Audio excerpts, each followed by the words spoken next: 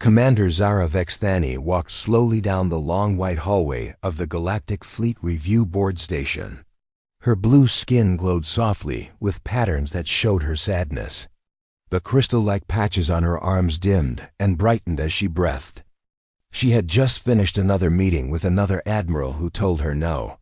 This time it was Admiral Korath from the Zentarian fleet. He was a tall, gray creature with 4 arms and no emotions on his face. He sat behind his metal desk and read from a screen without looking at her. "Commander Vexthani," he said in his flat voice, "your record shows excellent skills in space battles. You have won many fights and saved many lives. But your methods are too wild, too dangerous. The Zentarian fleet needs officers who follow rules. You do not follow rules well enough." Zara had tried to explain. She told him about the time she saved a cargo ship by flying through an asteroid field that computers said was impossible to cross. She told him about the battle where she beat 3 enemy ships by using a move that was not in any training book. But Admiral Korath just shook his head. "These examples prove my point," he said. "You take too many risks. You think too much with your heart and not enough with your brain. We cannot give you command of a ship." Now Zara sat on a bench outside the meeting room and counted her rejections. 17 different fleets had said no to her. Each one gave her a different reason, but they all meant the same thing. She was not good enough. She was not right for command. The Veltari had rejected her 3 months ago. They were a peaceful people who believed ships had souls. Their admiral was a gentle woman with silver hair who spoke in whispers. "Dear Zara," the Veltari admiral had said, "you have a good heart, but it beats too fast.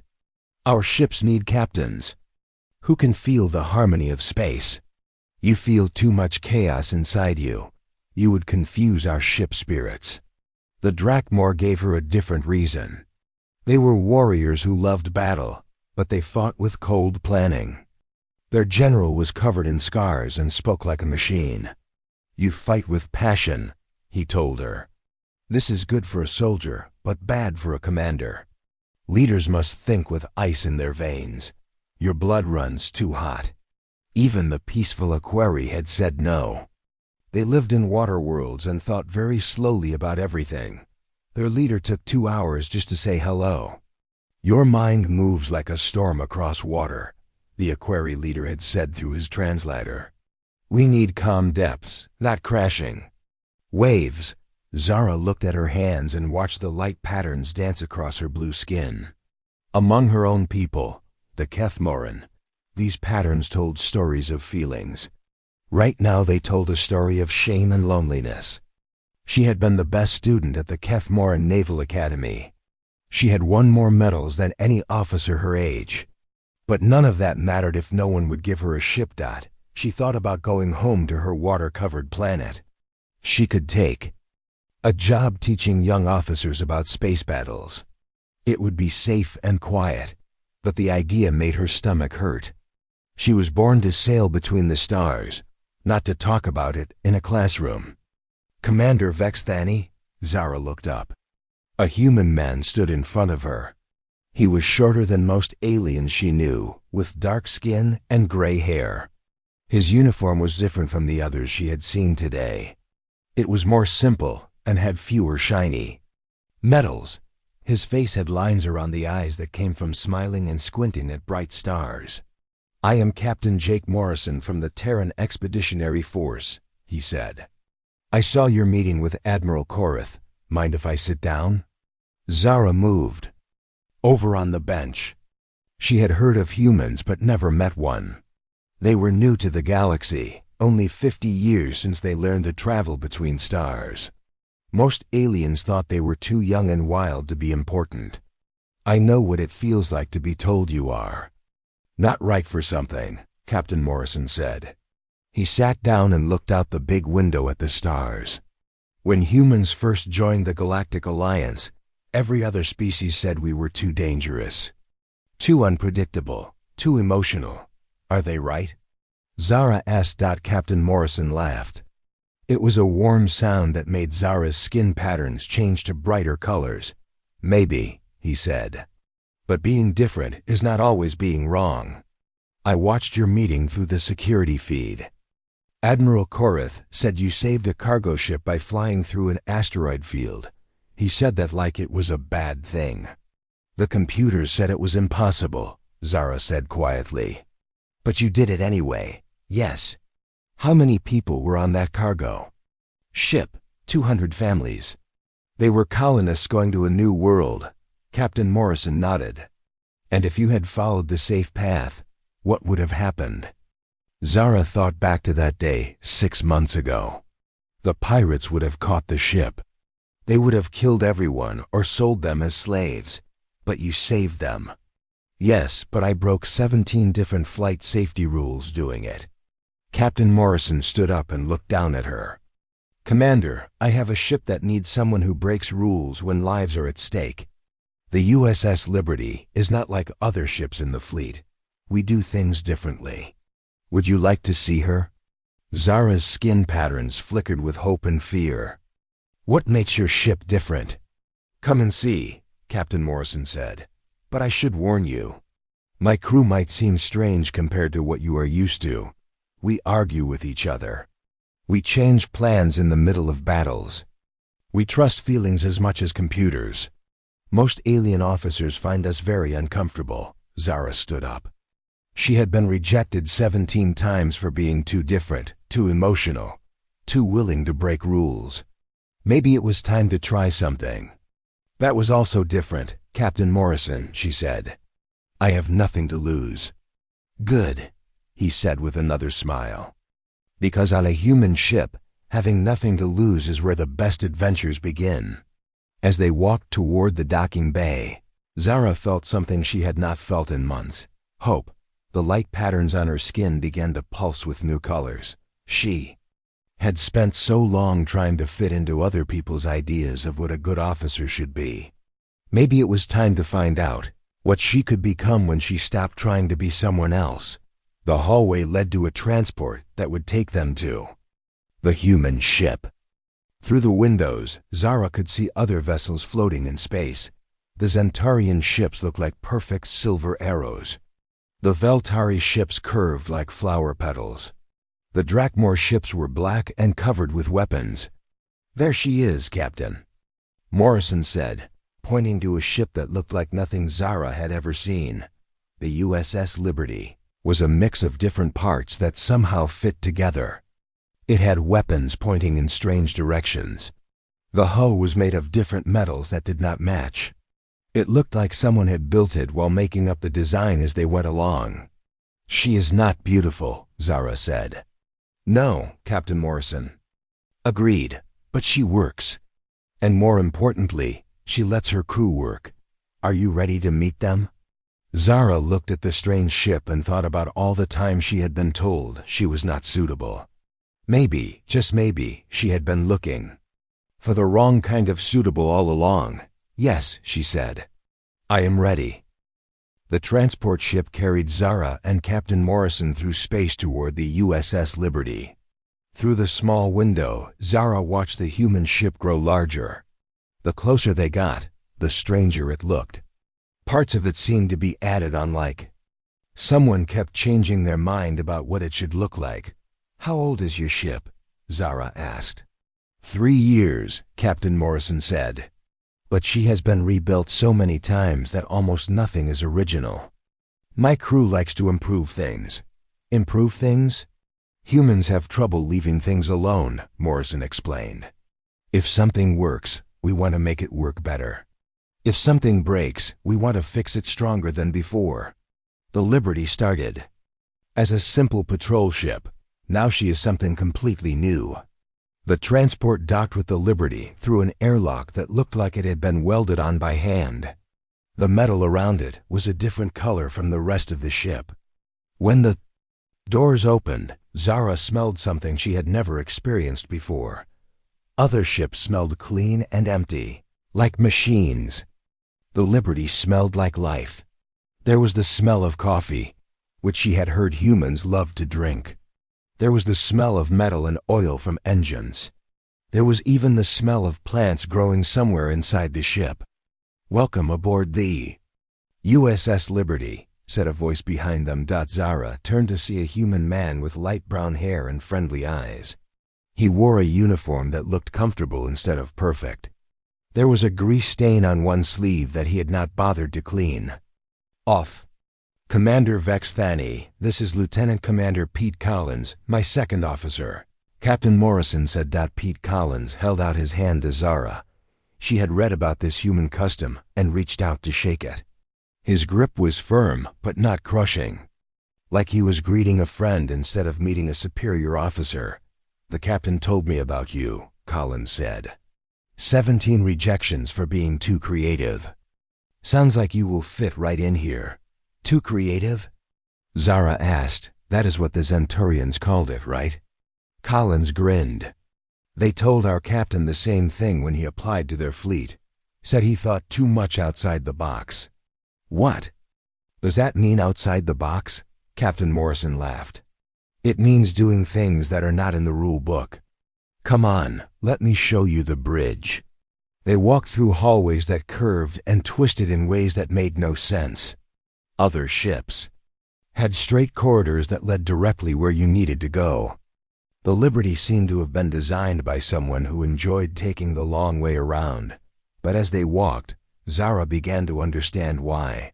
The curved hallways created small spaces where crew members gathered to talk.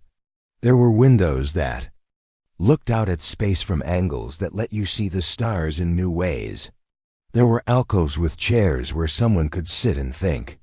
"Most ships are built for efficiency," Collins explained, seeing her looking around. The Liberty was built for living. They passed the medical bay, where a human woman with short red hair was growing plants under special lights. She looked up and waved at them through the window. In the engineering section, they could hear someone singing while they worked on a machine. "Do your crew members always make noise while they work?" Zara asked. "Pretty much," Morrison said. "Humans work better when they are happy. Happy humans make noise." The bridge was unlike anything Zara had ever seen. Most ship bridges were perfect circles or squares, with every station in exactly the right place. The Liberty's bridge looked like it had grown naturally over time. Stations were placed where they felt right, instead of where regulations said they should go. "People, we have a visitor," Captain Morrison announced. "This is Commander Zara Vex Thani. She might be joining our crew." A human woman with black hair looked up from the navigation station. She had small tattoos on her hands that looked like star charts. "Lisa Park, Navigator," she said with a smile. "Hope you like surprises, Commander. This ship finds new ways to surprise us every day." At the weapons station sat another human, a young man with bright green eyes. "Ryan Kelly, Tactical," he said. "Fair warning, we do not fight like other ships. Hope you do not mind improvising." "Improvising?" Zara asked. "Making it up as we go along," Ryan explained. "Sometimes the best battle plan is no battle plan at all." From the engineering station, a voice called out over the communication system. "Captain, this is Carlos. The new engine modifications are ready for testing. Want to see what this old girl can really do?" Morrison pressed a button. "Not while we have a guest aboard, Carlos. Let's keep it simple for now." "Too late." Carlos's voice came back with laughter in it. "I already started the sequence. Hold on to something." Suddenly the ship hummed with power that Zara could feel in her bones. The lights brightened, and through the windows she could see the stars starting to move faster. But it was not the smooth acceleration she was used to. The Liberty seemed to leap forward like a living thing that had been waiting to run. "Carlos," Morrison called over the communication system. "Sorry, Captain, but you have to admit, she likes it." Zara grabbed the edge of a console as the ship made a turn that should have been impossible at their speed. But instead of shaking apart, the Liberty seemed to dance through space. She could feel the ship responding to every command instantly, like it was eager to show off. "Is your ship always like this?" Zara asked. Like what? Lisa Park asked from the navigation station, alive. The human crew members looked at each other and smiled. Yeah, Colin said. She has personality. Over the next few minutes, the crew showed Zara how they worked together. When Ryan Kelly suggested a practice battle drill, Lisa Park immediately began calculating flight paths that would confuse enemy sensors. Colin started coordinating with engineering to prepare for rapid direction changes. Captain Morrison watched it all with approval but did not try to control every detail. On other ships, Zara said, the captain gives specific orders for everything. Human crews work differently, Morrison explained. I tell them what needs to happen, and they figure out how to make it happen. Everyone brings their own ideas to the solution. But what if someone makes a mistake? Then we fix it together. Colin said, mistakes happen. The important thing is learning from them quickly. Zara watched as the crew ran through their practice drill. They talked to each other constantly, sharing information and ideas. When Lisa Park suggested a navigation route that was risky, Ryan Kelly immediately started working out how to protect the ship if they were attacked during the maneuver. When Carlos reported that the engines could handle more stress than usual, everyone adjusted their plans to take advantage of it. It was chaos compared to what she was used to. But it was controlled chaos, like watching a group of musicians play together without sheet music. Everyone knew their part, but they also listened to what the others were doing and changed their own performance to match. Commander, Morrison said, want to try something? What do you mean? Take the tactical station. Ryan, let her run the next simulation. Ryan Kelly stepped aside with a grin. Zara looked at the weapons controls. They were similar to what she knew, but there were modifications that made no sense according to standard design. What do all these extra buttons do? She asked. Try them and find out, Ryan said. Half of them are Carlos's improvements. The other half are ideas that Lisa and I came up with. We are not entirely sure what some of them do either. On any other ship, this would have been terrifying. Using weapons you did not fully understand was against every safety regulation in the galaxy. But looking at the relaxed faces of the human crew, Zara felt something she had not experienced in years. She felt free. Start the simulation, she said. The next few minutes were the most exciting of Zara's career. The practice battle threw impossible situations at them, but the human crew treated each challenge like a puzzle to solve instead of a problem to avoid. When standard tactics failed, they tried new ones. When new tactics failed, they tried combinations. That should not have worked, but somehow did. Zara found herself suggesting maneuvers that would have horrified her previous commanding officers. The human crew not only listened to her ideas, they built on them and made them better. That was amazing, she said when the simulation ended. That was Tuesday, Colin said with a laugh. Wait until you see what we do when things get really interesting. Captain Morrison turned to her. So, Commander, what do you think? Is the Liberty suitable for you?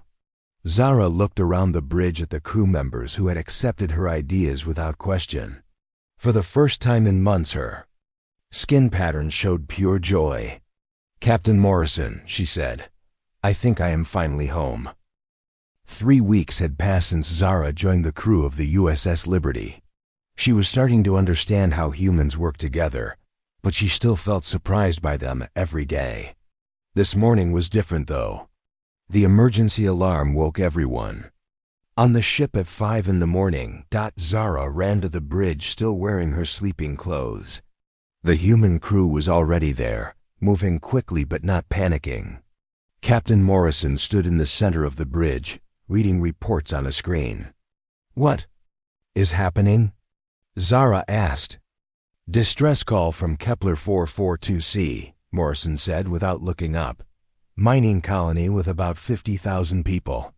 Something is hunting them. Lieutenant Commander Collins brought up a star map on the main screen. The colony is 3 days away. at maximum speed. But Captain, we are not the only ones who got the call. Who else is responding? Two Centaurian cruisers, the ZNS Precision and the ZN's Order. They left the Kepler system 12 hours ago. Morrison frowned. Left? They should be helping the colonists. Ryan Kelly looked up from his tactical station. His face was pale. Captain, I just got the full report. Both Centaurian ships were destroyed, all hands lost. The bridge went quiet. Zara felt her skin patterns dim with shock. Centaurian cruisers were some of the most powerful warships in the galaxy. Each one carried enough firepower to destroy a small moon. What could possibly kill two of them? What attacked them? Morrison asked. Carlos's voice came over the communication system from engineering. Captain, you need to see this. I am sending the data to your screen now. A new image appeared on the main screen. It showed something that made Zara's blood turn cold. The creature was huge, maybe half the size of the Liberty. It looked like it was made of living shadow with electricity running through its body. Parts of it seemed to fade in and out of existence. Void Stalker, Lisa Park whispered from the navigation station. Zara had heard of these creatures, but never seen one. They lived in the empty space between star systems, feeding on the energy from ships and space stations. Most people thought they were just scary stories that spacers told to frighten new crew members. I thought they were myths, Colin said. So did everyone else, Morrison replied. Ryan, what does the tactical database say about fighting these things? Ryan's fingers moved quickly over his controls.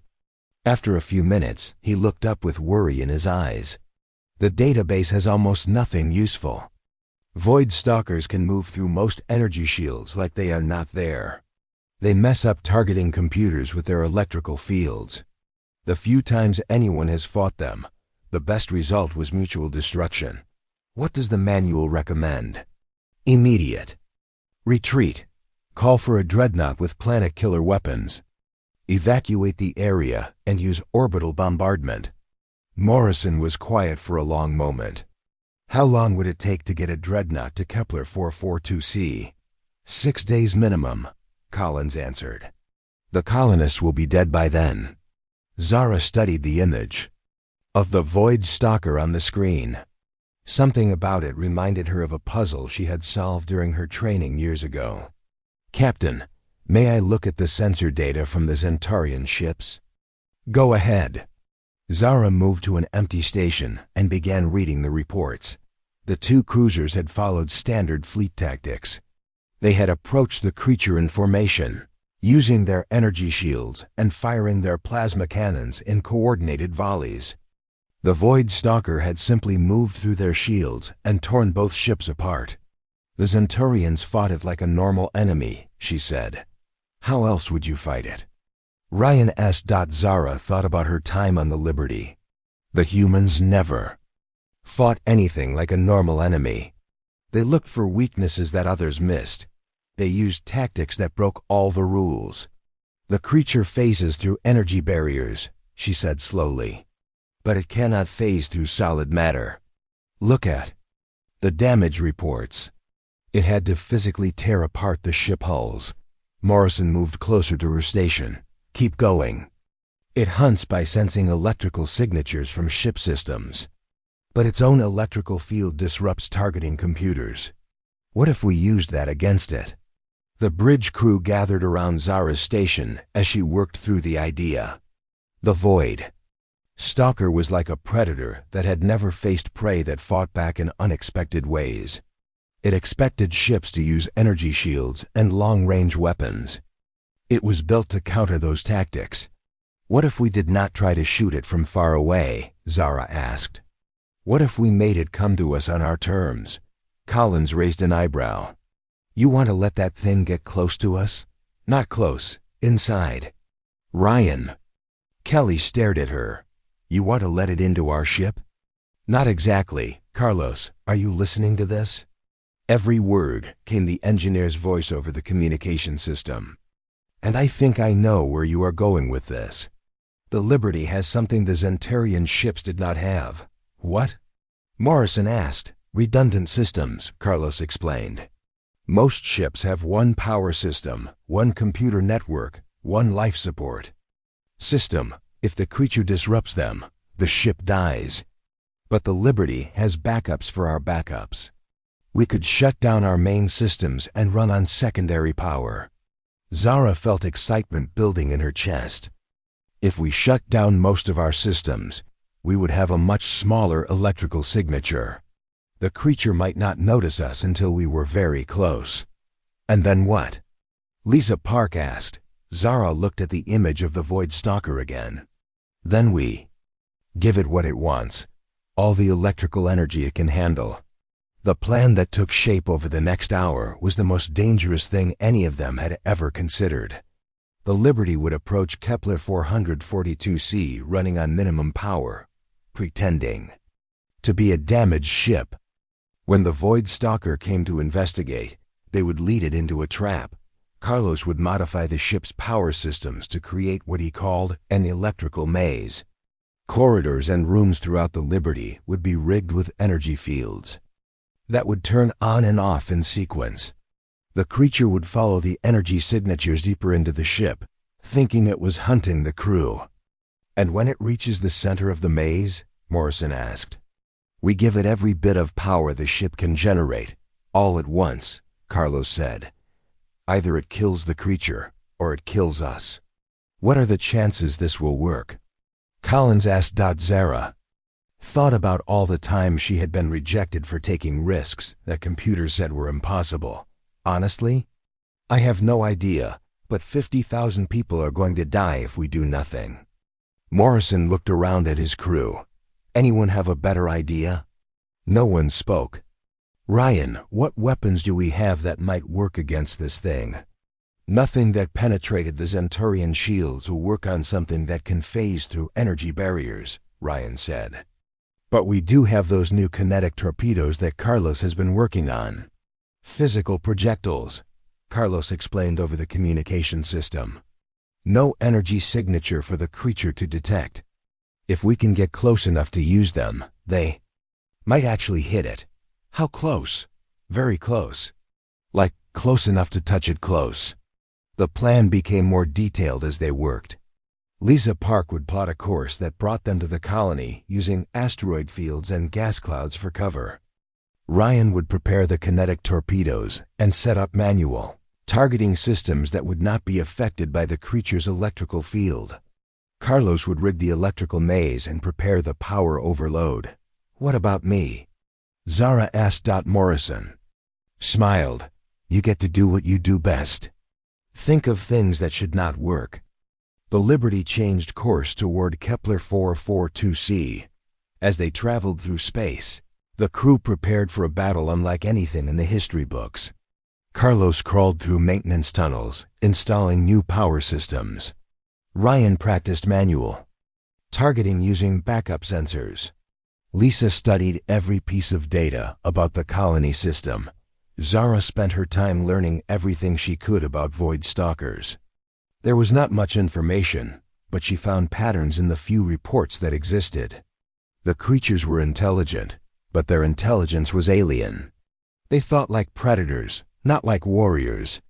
They are used to hunting prey that runs away, she told Morrison as they entered the Kepler system. Ships either flee or fight from a distance. No one has ever invited one inside before. Let's hope we are right about this, Morrison said. Through the bridge windows, they could see Kepler 442c in the distance.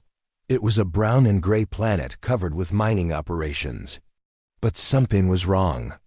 There were no ships moving between the planet and its moons, no communication signals, no signs of normal activity. I am reading life signs on the planet, Lisa reported. About 47,000 people. They are all underground in the mining tunnels. And the Void Stalker? Ryan checked his sensors. It is there, circling the planet like it is looking for something. Morrison sat down in the captain's chair. Carlos, are we ready? As ready as we will ever be. Lisa, take us in. Make us look, Like a damaged ship limping home. Aye, Captain. The Liberty moved toward the planet, its engines sputtering and its lights flickering. To anyone watching, it would look like a ship barely holding together. But inside, the crew was ready for the fight of their lives. Zara watched the sensors as a new contact appeared on the screen. The Void Stalker had noticed them and was moving in their direction. "Here it comes," she said. "Everyone ready?" Morrison asked. Around the bridge, the human crew nodded. They were scared, but they were also excited. This was what they lived for. The impossible challenge that everyone else said could not be won. The Void Stalker moved through space like liquid shadow. Zara watched it on the sensors as it approached the Liberty. The creature was even bigger than she had thought, and parts of it seemed to exist in more than one place at the same time. Distance: 2,000 kilometers and closing. Lisa Park reported from the navigation station. Captain Morrison sat calmly in his chair, but Zara could see tension in his shoulders. "Carlos, how are we looking down there?" "All systems ready, Captain," came the engineer's voice over the communication system. "The electrical maze is active but running at minimum power. The creature should not notice it until it gets inside." "Ryan." "Torpedoes? Loaded and ready. Manual targeting is online. I have to warn you though, at the range we need to fire from, we will only get one shot." Zara felt her skin patterns shifting to colors that showed worry. Everything depended on the creature behaving the way they expected. If it decided to attack from the outside, instead of investigating the ship, their plan would fail. 1,000 kilometers, Lisa announced. On the main screen, they could see the Void Stalker more clearly now. It moved like it was swimming through space, its body rippling with energy. Strange lights flickered along its surface in patterns that hurt to look at. "Why is it not attacking?" Collins asked quietly. Zara studied the creature's movements. "It is curious. We look like easy prey, but we are not running away. It does not understand what we are. 500 kilometers. The creature suddenly stopped, moving toward them. For a moment, everyone on the bridge held their breath. Then the Void Stalker began to circle the Liberty, moving in a slow spiral around the ship. "It is testing us," Morrison said, "looking for signs of life." Carlos had dimmed all the lights on the ship except for emergency power. The engines were barely running. To the creature's senses, the Liberty probably looked like a dead ship drifting through space. 200 kilometers. "Captain, it is changing direction, coming straight at us now." Through the bridge windows, they could see the creature approaching. It was beautiful in a terrifying way, like watching a storm made of starlight. But Zara knew that beauty could kill them all in seconds. 100 kilometers, 50, 20. The Void Stalker reached out with parts of itself that looked like arms made of lightning. When they touched the Liberty's hull, the whole ship shuddered. The lights flickered, and several control panels sparked. "It is trying to drain our power," Carlos reported. "But it is only getting minimal energy from our outer systems. That should make it curious enough to investigate further." The creature pressed closer to the ship. They could hear strange sounds through the hull, like music played on instruments. That did not exist. The Void Stalker was trying to understand what kind of ship this was. "Carlos, give it something to follow," Morrison ordered, activating first level of the maze. Suddenly, lights began turning on in sequence throughout the ship. The pattern started at the outer hull and led toward the center of the Liberty. To the Void Stalker, it would look like the ship was coming back to life, system by system. "It is working," Zara said, watching the sensors. "The creature is following the energy trail." The Void Stalker began to push itself through the ship's hull. This was the most dangerous part of the plan. The creature could phase through most materials, but it had to concentrate to do it. While it was pushing through the hull, it was vulnerable. "Ryan, do you have a target?" "Not yet. Too much interference from its electrical field. I need it to be distracted." The creature was now partially inside the ship. Carlos activated the second level of the maze, creating energy patterns in the corridors near where the Void Stalker had entered. The creature followed them eagerly, moving deeper into the Liberty. Deck 7, Section C, Collins reported, tracking the creature's movement. Moving toward engineering. Perfect, Carlos said. I am activating level 3. More lights came on, leading the creature through a winding path toward the ship's power core. But this path was designed to confuse it, to make it think it was hunting crew members who were trying to hide. Zara watched the tactical display as the Void Stalker moved through the ship. It was behaving exactly as she had predicted, following its instincts as a predator. It wanted to reach the source of all the electrical energy it could sense. Deck 5, Section A, Collins announced. Wait, it has stopped moving. On the sensors, they could see the creature had paused in one of the ship's corridors. It seemed to be sensing something. What is it doing? Morrison asked. Carlos's voice came over the communication system, but now it sounded worried. Captain, I think it figured out this is a trap. It is not following the energy trail anymore. The Void Stalker began moving in a different direction, heading straight up toward the bridge. It had realized that the real source of life on the ship was the crew, not the power systems. It is coming for us, Ryan said. 30 seconds until it reaches this deck. Morrison stood up from his chair. Carlos, forget the maze. Give me everything the ship has right now. Captain, if I do that while the creature is still in the ship, the explosion might destroy us too. Do it anyway. Zara felt the ship begin to vibrate as Carlos started charging every power system the Liberty had. The lights on the bridge grew brighter. The air itself seemed to hum with electricity. 20 seconds. Collins announced that the Void Stalker was moving faster now, sensing the growing energy. It wanted to reach the source before its prey could escape. Ryan, can you target it now? Almost. The electrical interference is still too strong. I need it to be in the same room as us. 10 seconds. Morrison turned to his crew. Everyone hold. Onto something solid. This is going to be rough. The doors to the bridge suddenly glowed with heat. The Void Stalker was cutting through them with its energy fields. Everyone on the bridge could hear a sound like screaming wind mixed with electrical static. 5 seconds. The doors melted away, and the Void Stalker flowed into the bridge like liquid lightning. Up close, it was even more alien and terrifying. Its body seemed to be made of darkness filled with stars, and its electrical fields made the air taste like metal. Now, Ryan! Morrison shouted. Ryan Kelly fired the kinetic torpedoes at point-blank range. The physical projectiles flew through the creature's electrical field without being affected. They struck the Void Stalker's central mass and exploded. Creature screamed, a sound that was felt rather than heard. Parts of its body began to flicker and fade.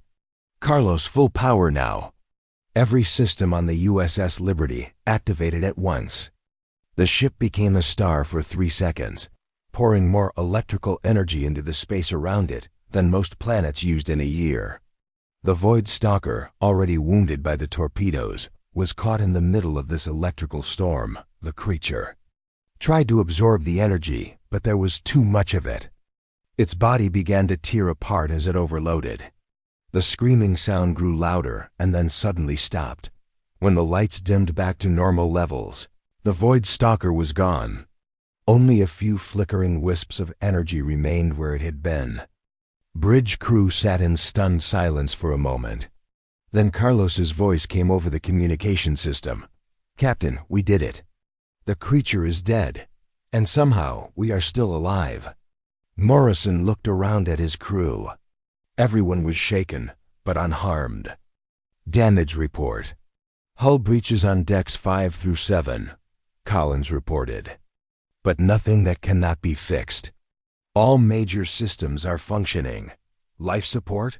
Normal throughout the ship. Communications? Lisa Park checked her station. Working. Captain, I am getting signals from the planet. The colonists are asking if we need help. Morrison laughed, a sound of relief and amazement. Tell them we are fine, and that they can come out of hiding. The threat is over. Zara looked at the place where the Void Stalker had been. 3 weeks ago, she had been a rejected officer with no future. Now she had helped defeat a creature that had terrorized the galaxy for centuries. Commander Vexthani, Morrison said.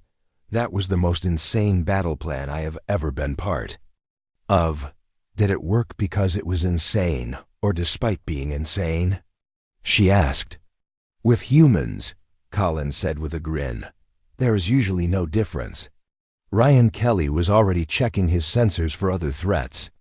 Captain, we are getting a message from Fleet Command. They want a full report on what happened here. Morrison sat back down in his chair. Tell them we will send a report when we figure out what happened ourselves. Right now, I am not entirely sure. The USS Liberty began moving away from the planet, its mission complete. In the mining tunnels below, 50,000 colonists were emerging into the sunlight for the first time in days. 2 Centaurian cruisers had failed to save them, but 1 human ship with a mixed crew had succeeded. As they traveled back toward fleet headquarters, Zara thought about the battle they had just won. No alien fleet would have attempted what they had done. The plan was too risky, too unpredictable, too dependent on things working in ways that computers said were impossible. But that was exactly why it had worked. The Void Stalker had never faced prey that turned into a predator. It had never encountered beings who saw impossible odds as interesting challenges rather than reasons to retreat. Captain, she said, I understand now why the other fleets rejected me.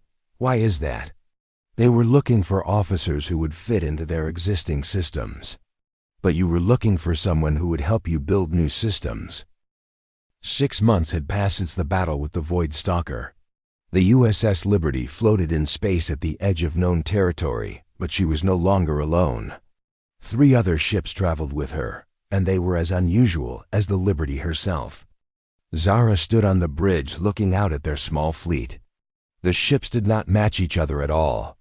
One was built by humans, but modified with technology from 4 different alien species. Another started as a Drakmor warship but had been completely rebuilt by its mixed crew. The third looked like it had been designed by someone who could not decide what kind of ship they wanted, so they built all of them at once. Fleet status report, Captain Morrison asked from his chair. Lieutenant Commander Collins checked his screen. All ships ready for the jump to the Andros system. Our new crew members are settling in well. Zara smiled when she heard that.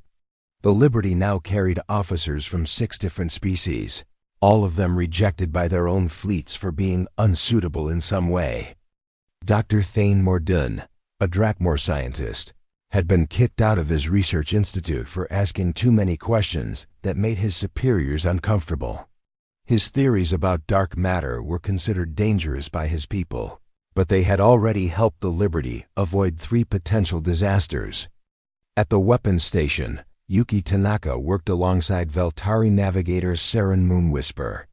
The Veltari had rejected Saren for being too emotional, but her ability to sense the feelings of enemy crews had saved them from walking into traps twice. Yuki had joined them from another human ship where her commanding officer said she was too creative with weapons systems, in engineering. Carlos Mendez now worked with Keeper Vorthek, a machine species engineer whose own people had exiled him for being too interested in biological systems. Together, they had created technology that no single species could have imagined. Captain, Saren called from the navigation station, her melodic voice carrying concern. I am sensing something unusual in the Andros system. Fear, but also hope. Many minds calling for help. What kind of help? Morrison asked. Dr. Thane looked up from his science station. His scaly Drakmor face showed excitement. Captain, my sensors are detecting energy signatures that do not match any known technology. Something new is happening in that system. Zara felt her skin patterns shift to colors of curiosity. New in what way? The signals are coming from the edge of the system, near the asteroid belt.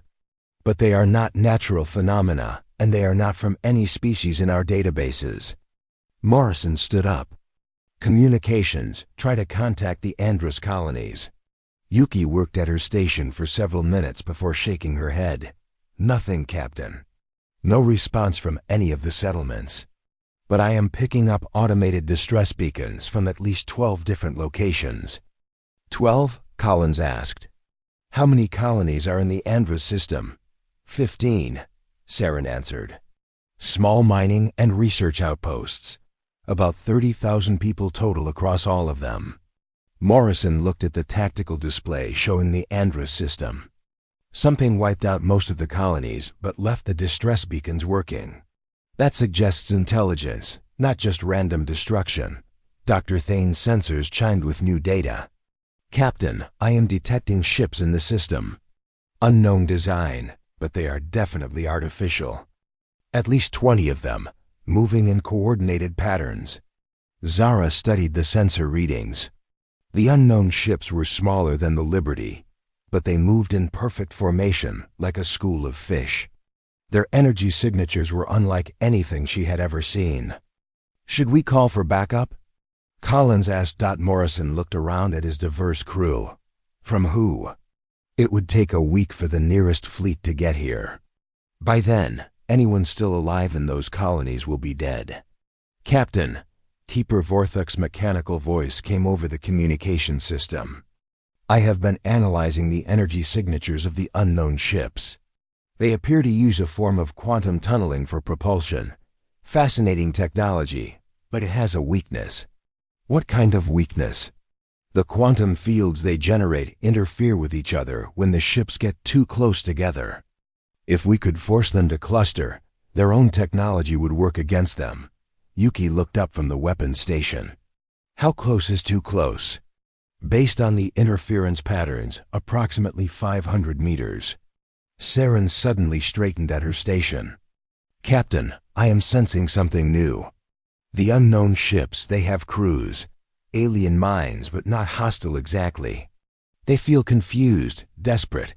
Desperate for what? Resources. They need something to survive, and they are taking it from the colonies.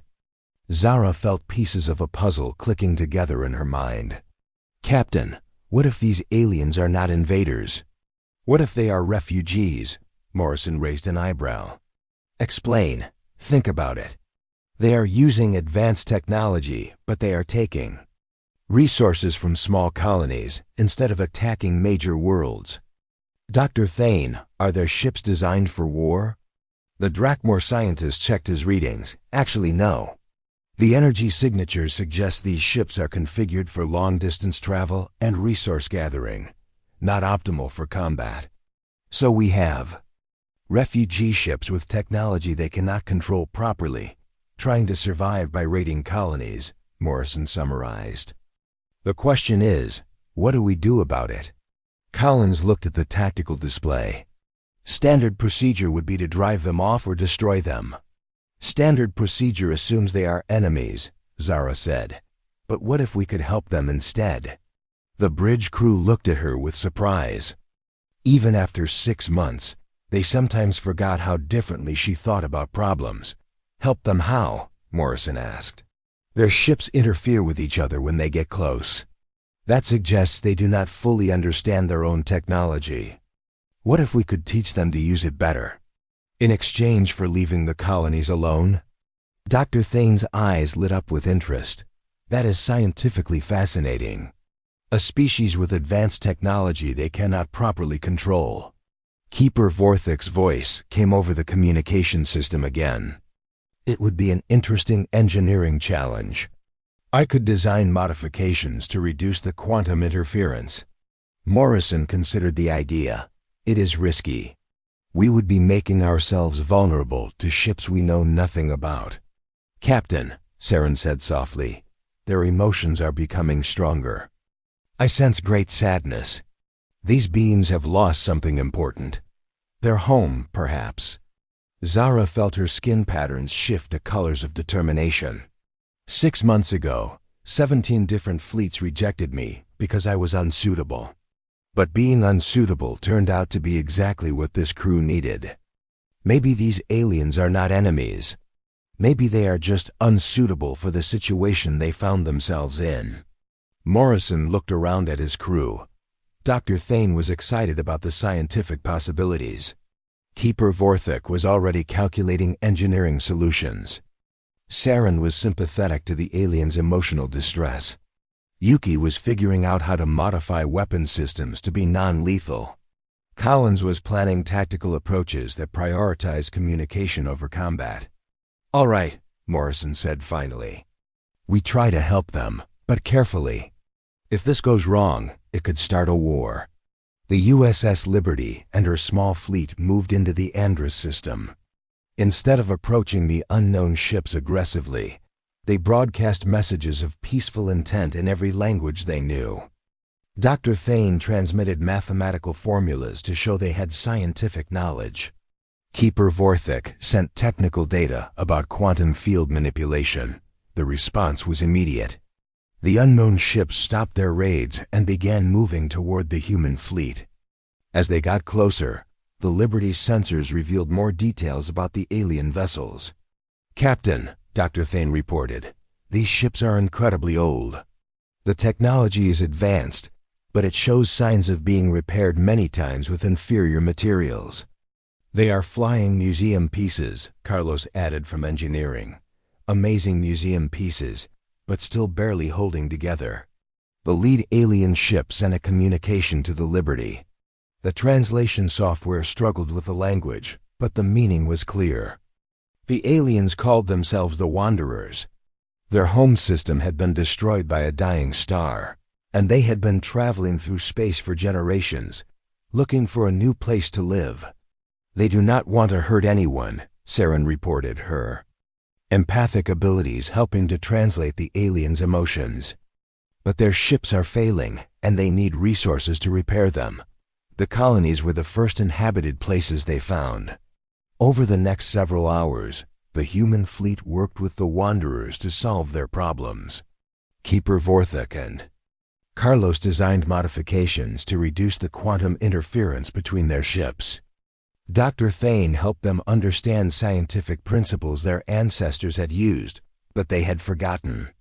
Yuki and the tactical team showed them how to coordinate their ships more effectively. In return, the Wanderers shared their advanced knowledge of quantum physics and provided compensation to the colonies they had raided.